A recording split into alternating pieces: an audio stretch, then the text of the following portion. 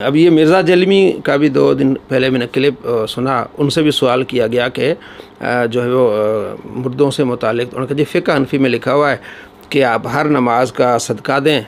اور سال کا ایک حساب لگا لیں، جتنی نمازیں ہوئیں اتنا آپ صدقہ کریں تو مردہ بخش دیا جائے گا، ٹھیک ہے جی۔ اور پھر مذاق اڑاتا ہے، کہتے قرآن میں تو نہیں ہے، قرآن میں تو یہ ہے کہ اگر کوئی زمین سونا ہو جائے وہ اللہ کی راہ میں دینا چاہے اللہ قبول نہیں کرے گا، تو قرآن تو یہ کہتا ہے اور ان کے بابوں کا دین یہ کہتا ہے کہ مردہ بخش دیا جائے گا۔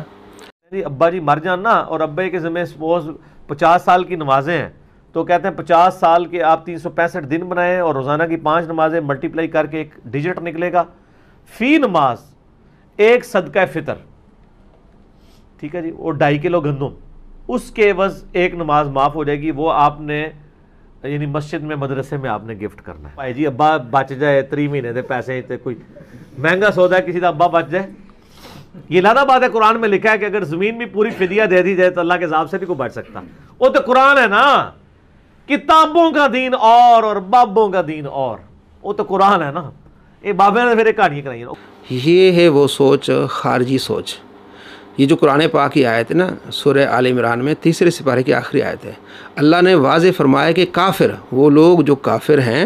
وہ آخرت میں پوری زمین سونا ہو جائے اپنے عذاب سے بچنے کے لیے اللہ کو دینا چاہیں فدیہ کے طور پر، اللہ قبول نہیں کرے گا۔ یہ کس کے لیے؟ کافروں کے لیے ہے۔ کافروں کی آیات مسلمانوں پر چسپاں کرنا کس کا کام ہے؟ بخاری میں امام بخاری لائیں عبداللہ بن عمر کا قول کہ یہ خوارج کا طریقہ ہے کہ خوارج کفار سے متعلق آیات مسلمانوں پر چسپاں کرتے ہیں، تو اس نے وہ پکی جو آیت ہے وہ کافروں سے متعلق ہے، مسلمانوں کے لیے تو یہاں آپ ان کے لیے دعا کر سکتے ہیں۔ بخاری میں حدیث 27-70 سعد بن عبادہ نبی صلی اللہ تعالیٰ علیہ وآلہ وسلم کی بارگاہ میں آیا، عرض کیا رسول اللہ میری والدہ فوت ہو گئی ہیں، اگر میں ان کی طرف سے صدقہ کروں تو کیا انہیں فائدہ ملے گا؟ فرمایا ہاں ملے گا۔ عرض کیا رسول اللہ آپ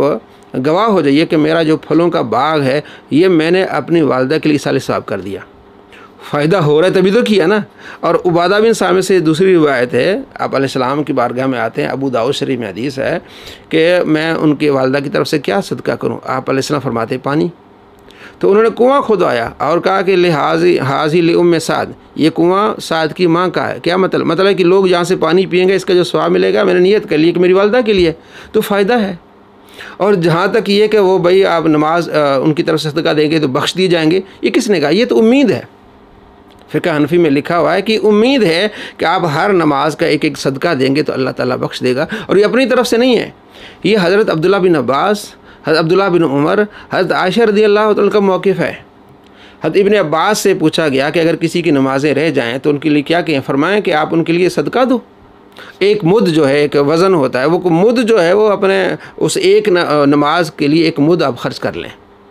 یہ تو حضرت ابن عباس فرما رہے ہیں کہ آپ صدقہ کریں، ایک نماز کے لیے ایک مد، 5 نمازیں ہوں گی 5 مد، اسی طرح سال کی آپ اکٹھی کریں۔ آپ آگے وہ مطلب آپ خود کر سکتے ہیں نا کہ ایک نماز کے لیے ایک، یہ کون کہہ رہے ہیں؟ ابن عباس کہہ رہے ہیں، صحیح روایت ہے۔ اور حضرت عائشہ رضی اللہ تعالیٰ سے پوچھا گیا، یہ امام طحاوی نے اپنی کتاب میں لکھا ہے اور دیگر کتابوں میں موجود ہے حدیث۔ اور حضرت عائشہ رضی اللہ تعالیٰ عنہ سے پوچھا گیا کہ کسی کے روزے رہتے ہیں، فرمایا صدقہ کرو،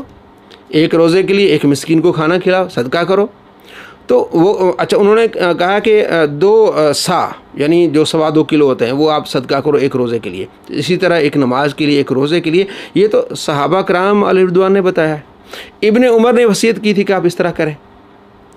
اچھا یہ اپنی طرف سے تو نہیں بتا سکتے نا صحابہ کرام، نبی علیہ السلام سے سنا ہوگا، آپ علیہ السلام نے تربیت دی ہوگی، صحابی تو اپنی طرف سے کر ہی نہیں سکتا۔ تو یہ آپ علیہ السلام کی تعلیمات سے یہ سمجھ آ رہا ہے کہ آپ جو ہے وہ نماز کا بھی فدیہ دے سکتے ہیں، آپ روزے کا بھی فدیہ دے سکتے ہیں، یہ ایک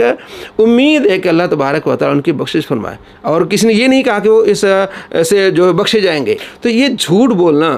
کہ جی یہ جو ہے وہ بابوں کی کتابوں میں ہے، کتابوں کا خدا اور ہے اور بابوں کا خدا اور ہے، بھائی جو قرآن تم پڑھ رہے ہو مرزا جہلمی، تم خوارج والا عمل کر رہے ہو، یہ آیت تو مشرکین سے متعلق ہے، کفار سے متعلق ہے، تو کفار والی آیت مسلمانوں پر چسپاں کرنا یہ خوارج کا عمل ہے، اور یہ اوورآل اہل سنت کا موقف ہے، بلکہ پوری امت کا موقف ہے، اجماع اس بات پہ کہ آپ ایصال ثواب کر سکتے ہیں، امید رکھ سکتے ہیں اللہ تعالیٰ ان کی بخشش فرمائے۔ نبی علیہ السلام نے صحابہ کو تعلیم دی ہے،